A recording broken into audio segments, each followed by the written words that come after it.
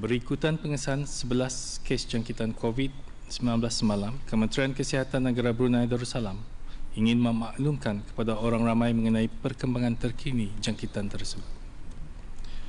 Pada hari ini, sebanyak 14 lagi kes baru telah disahkan dijangkiti COVID-19 yang membawa jumlah keseluruhan kes di negara ini kepada 25 orang.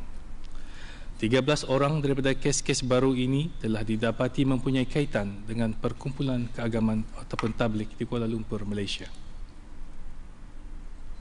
Kes 12 ialah seorang lelaki tempatan berumur 53 tahun yang telah menyertai kumpulan keagamaan tabligh di Kuala Lumpur, Malaysia. Beliau telah pulang dari Kuala Lumpur menaiki penerbangan Air Asia AK5644 pada 4 hari bulan Mac 2020 ke Miri, Sarawak. Beliau kemudian berkongsi keenderaan bersama kes 7, kes 8 dan kes 21 untuk pulang ke negara Brunei Darussalam. Beliau telah mengalami demam panas bermula pada 6 hari bulan Mac 2020.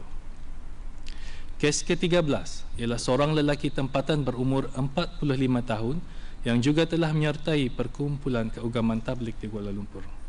Beliau telah pulang ke tanah air pada 3 hari bulan Mac 2020 dengan menaiki pesawat Air Asia AK278 ke Bandar Seri Begawan dengan tempat duduk 19A dan mula menunjukkan tanda-tanda jangkitan pening dan batuk pada 4 hari bulan Mac 2020. Kes 14 ialah isteri kepada kes 13 dan tidak mempunyai sejarah perjalanan ke Kuala Lumpur. Beliau tidak mempunyai tanda-tanda jangkitan. Kes 15 ialah seorang lelaki tempatan berumur 33 tahun yang juga telah menyertai perkumpulan keagamaan di Kuala Lumpur. Beliau telah pulang ke tanah air pada 3 hari bulan Mac dengan menaiki pesawat Air Asia AK278 ke Bandar Seri Begawan dan tidak mempunyai tanda-tanda jangkitan.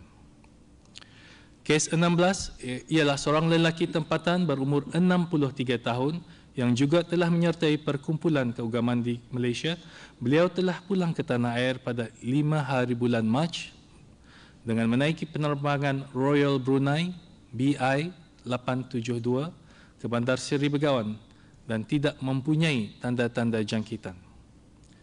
Kes 17 ialah seorang lelaki tempatan berumur 33 tahun yang juga telah menyertai perkumpulan keagamaan tersebut. Beliau telah pulang ke tanah air pada 3 hari bulan Mac dengan menaiki penerbangan Royal Brunei BI 874 ke Bandar Seri Begawan dan beliau juga tidak mempunyai tanda-tanda jangkitan.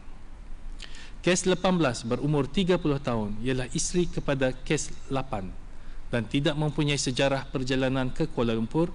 Beliau mempunyai tanda-tanda jangkitan yang ringan seperti batuk dan sel sema.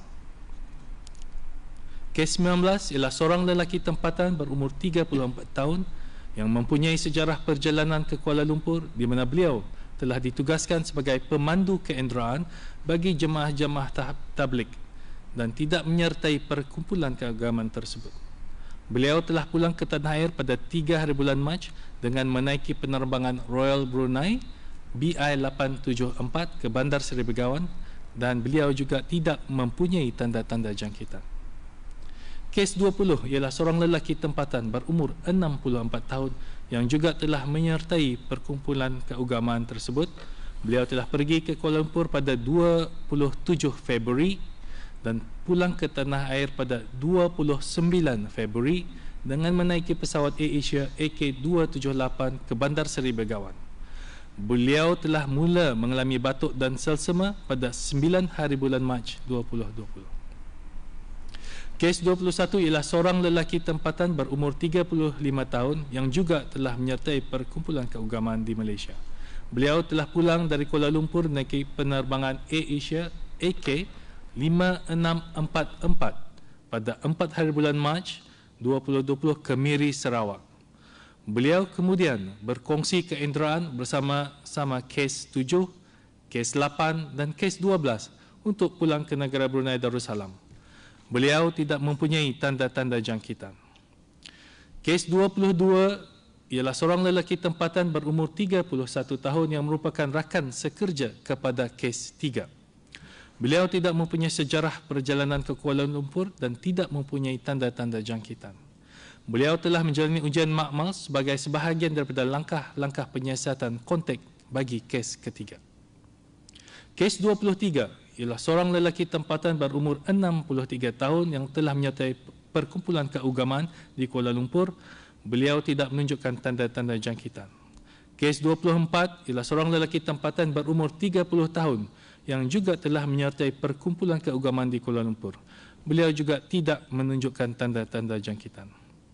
Dalam pada itu, kes 25 ialah seorang lelaki tempatan berumur 64 tahun yang mempunyai sejarah perjalanan ke Kuala Lumpur dan Cambodia, tetapi tidak ada kaitan dengan perkumpulan keagamaan yang diadakan di Masjid Jamik Seri Petaling, Kuala Lumpur. Beliau telah pulang ke tanah air pada 4 hari bulan Mac 2020 dan mula merasa demam pada 8 hari bulan Mac 2020. Penyiasatan kontak bagi setiap kes yang baru yang disahkan pada hari ini sedang giat dijalankan, di mana kontak terdekat bagi setiap kes termasuk ahli keluarga, rakan sekerja atau sesiapa yang ada hubungan dengan kes akan dihubungi dan dinilai dari segi risiko jangkitan. Jika kontak-kontak ini didapati terdedah pada kes yang telah disahkan, mereka akan diarahkan untuk menjalani ujian makmal COVID-19 dan dikuarantin. Sementara itu, Kementerian Kesihatan ingin mengemaskinikan jumlah warga tempatan yang telah menyertai perkumpulan keagamaan tabligh di Masjid Jamik Seri Petaling, Kuala Lumpur pada baru-baru ini, iaitu pada 28 hari bulan Februari sehingga 3 hari bulan Mac. Selepas penyiasatan terperinci yang dilakukan setakat ini, seramai 81 orang warga tempatan telah dikenal pasti menghadiri perkumpulan tersebut, di mana 70 orang daripadanya telah kembali ke tanah air. 66 orang dari mereka telah menjalani ujian makmal bagi COVID-19 dan usaha sedang giat dilakukan untuk mengesan 4 orang lagi jemaah. Daripada 66 orang yang telah menjalani ujian makmal, 16 orang telah didapati positif bagi COVID-19. 25 orang telah didapati negatif, manakala 25 lagi masih menantikan keputusan ujian. Dalam pada itu, terdapat 11 warga tempatan yang masih berada di luar negara, termasuk 3 orang yang sedang menuntut di Malaysia. Kementerian Kesihatan menasihatkan supaya mereka menjalani ujian makmal COVID-19 di mana saja mereka berada dengan secepat mungkin. Kementerian Kesihatan juga ingin maklumkan kepada orang ramai bahawa semua kes-kes yang sedang dirawat di Pusat Pengasingan Kebangsaan adalah berada di dalam keadaan yang baik dan stabil dan tidak menghidap lagi demam panas dan tidak memerlukan bantuan pernafasan. Dalam pada itu, sebagaimana kenyataan media yang telah dikeluarkan pada 9 hari bulan Mac 2020, Kementerian Kesihatan telah menghantar sampel-sampel dari 5 kes pertama untuk ujian pengesahan lanjut ke WHO Reference Laboratory di Singapura, menurut garis panduan daripada WHO. Hasil ujian-ujian tersebut mengesahkan kelima-lima kes berkenaan adalah positif bagi COVID-19. Dengan keputusan tersebut, negara Brunei Darussalam dibolehkan menjalankan ujian makmal bagi COVID-19 di dalam negara sahaja. Untuk makluman orang ramai, pindahan telah diperkenankan kepada Akta Penyakit Berjangkit Penggal 204 serta peraturan-peraturannya, iaitu Infectious Disease Amendment of Schedule Notification 2020 dan Infectious Disease Quarantine Amendment Regulation 2020. Menurut akta tersebut, sesiapa yang disyaki menjadi kes pembawa atau kontak penyakit berjangkit boleh dikehendaki untuk menjalani pemeriksaan kesihatan ataupun medical examination ataupun rawatan perubatan sama ada di hospital atau mana tempat yang ditentukan oleh Ketua Pengarah Kementerian Kesihatan. Kegagalan untuk mematuhi keperluan ini adalah menjadi kesalahan di bawah akta yang disebutkan di atas. Dan seterusnya, orang berkenaan boleh diperintahkan untuk dipindahkan ke hospital atau satu tempat yang lain di mana boleh ditahan dan jika perlu isolated ataupun pun terpencil sehingga pemeriksaan atau rawatan dilakukan. Tambahan lagi, sesiapa yang menghalang atau membantu menghalang pihak yang bertanggungjawab dalam melaksanakan tanggungjawab di bawah akta yang tersebut di atas atau peraturan-peraturan di bawahnya, atau memberikan maklumat palsu atau mengelirukan jika dikehendaki memberikan maklumat atau dokumen adalah menjadi kesalahan di bawah akta yang tersebut di atas. Sehubungan dengan itu, jika sabit kesalahan, boleh membawa denda sehingga 10,000 Brunei dengan penjara selama tempoh tidak melebihi 6 bulan atau kedua-duanya sekali bagi kesalahan pertama. Bagi kesalahan kedua atau seterusnya, jika sabit kesalahan, boleh membawa denda sehingga 20,000 atau penjara tidak melebihi 1 tahun atau kedua-duanya sekali. Untuk maklumat lanjut dan perkembangan terkini, orang ramai boleh melayari laman sesawang Kementerian Kesihatan iaitu www.moh.gov.bn atau menghubungi talian nasihat kesihatan 148. Agama cuma ingin memberikan penjelasan berhubung dengan dua perkara yang beredar di kalangan orang ramai pada masa ini, iaitu adakah sembahyang Jumaat boleh ditiadakan, sembahyang Jumaat besok, sembahyang Jumaat, dan hari berikut Jumaat berikutnya, dan bagaimana pula perhimpunan-perhimpunan atau kerajaan ramai di tempat-tempat awam seperti majlis perkahwinan atau acara-acara kebudayaan atau acara hiburan yang lain di tempat awam. Jadi dua perkara ini Kementerian Halil Agama sukacita memberikan penjelasan sebagai panduan dan nasihat. Jadi pandangan agama dalam perkara sembahyang Jumaat adalah seperti berikut. Saya bacakan. Sembahyang Jumaat adalah fardu ain hukumnya, kita ni tahu tu. Ia wajib ditunaikan kecuali ada sebab-sebab atau yang dinamakan dalam istilah agama uzur syar'i. Yang orang reasonable yang sebab-sebab tertentu. Uzur syariah itu adalah satu perkara yang boleh dijadikan alasan membolehkan seseorang itu meninggalkan sembahyang Jumaat. Yang antaranya buat sementara ini dalam kes sekarang ini ialah apabila seseorang itu boleh memudaratkan dirinya dan orang lain melalui misalnya ia sudah dikenal pasti sebagai ada simptom, tentulah ia dalam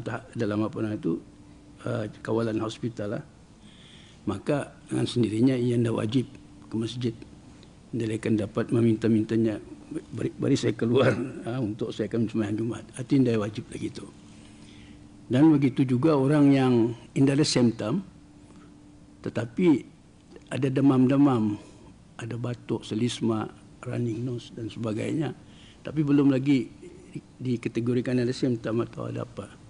Jadi orang yang sedemikian itu bolehlah menjadikan sebagai alasan keadaan dirinya sebagai alasan yang terpakai untuk untuk gugur kewajipan menunaikan sembahyang Jumaat. Itu jadi dua orang itu. Kemudian orang yang dalam kuarantin, isolation. Demikian juga tu. Jadi mereka ini tidak dapat keluar kan tu. Jadi maka tidak dapat ke masjid. Maka ia pun terlepas juga daripada kewajipan menunaikan sembahyang Jumaat. Sekalipun cukup bilangan bersedia 40 orang atau misalnya dalam satu kumpulan. Macam seperti yang sekarang ini ada yang di kuarantin di sport kompleks, mengetahui 40 orang. Kalau habis disediakan sembahyang Jumaat, tidak wajib. Pertama, kerana bersedia itu orang yang dalam kuarantin ada uzurnya. Dan yang kedua, tempatkan sembahyang itu bukan tempat sembahyang Jumaat mestilah di masjid atau di surau atau di suatu tempat yang di-assign oleh pihak berkuasa dapat menunaikan sembahyang Jumaat. Namun bersedia tu boleh wajib menunaikan sembahyang zuhur, dasar dan seterusnya. Tapi Jumaat adalah wajib mereka menunaikan. Jadi itu dari segi sembahyangnya, fardu ainnya. Adapun dari segi keraian, kita ni ramai-ramai, terutama sekali cuti wisda tu awalkan, cuti panggal. Kementerian Pelajaran mengamalkan, tapi atas alasan ini.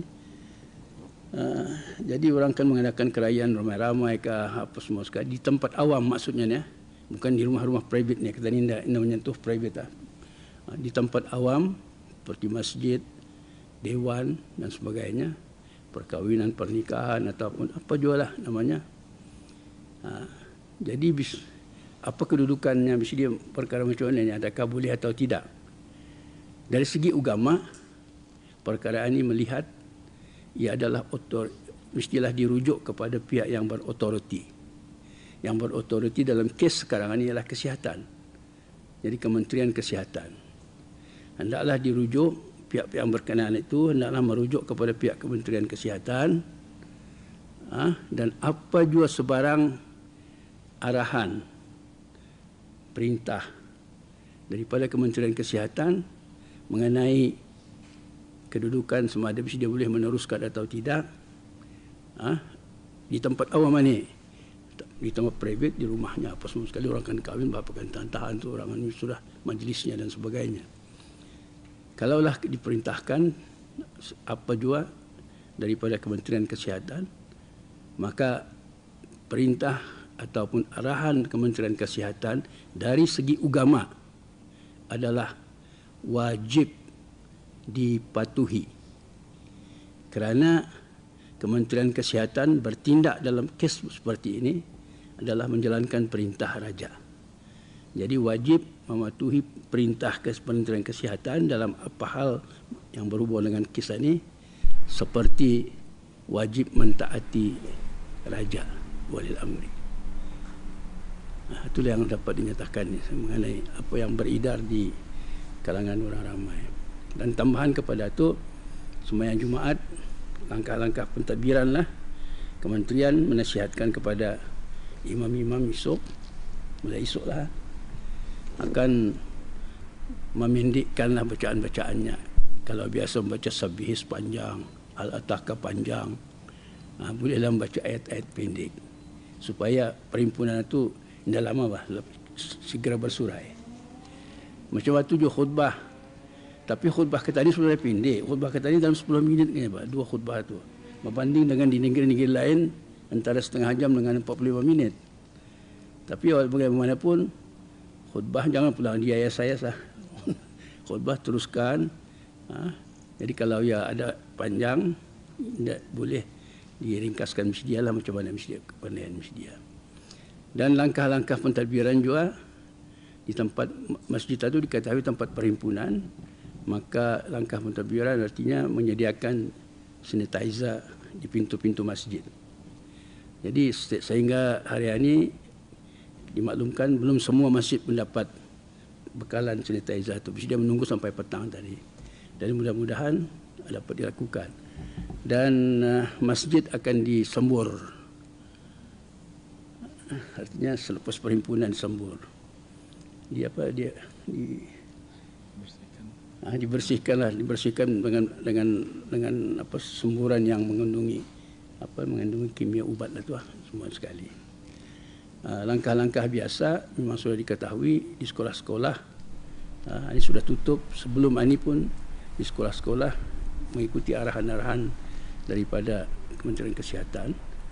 Dan Kementerian Agama sukacita menegaskan lagi, sehingga sekarang ini beberapa selain maklumat juga arahan-arahan bagaimana untuk memelihara, menghindarkan daripada jangkitan, daripada dijangkiti dan jangkitan. Maka semua arahan-arahan tersebut atau panduan-panduan tersebut adalah wajib kita dipatuhi. Dengan itu sekian berita. Assalamualaikum warahmatullahi wabarakatuh.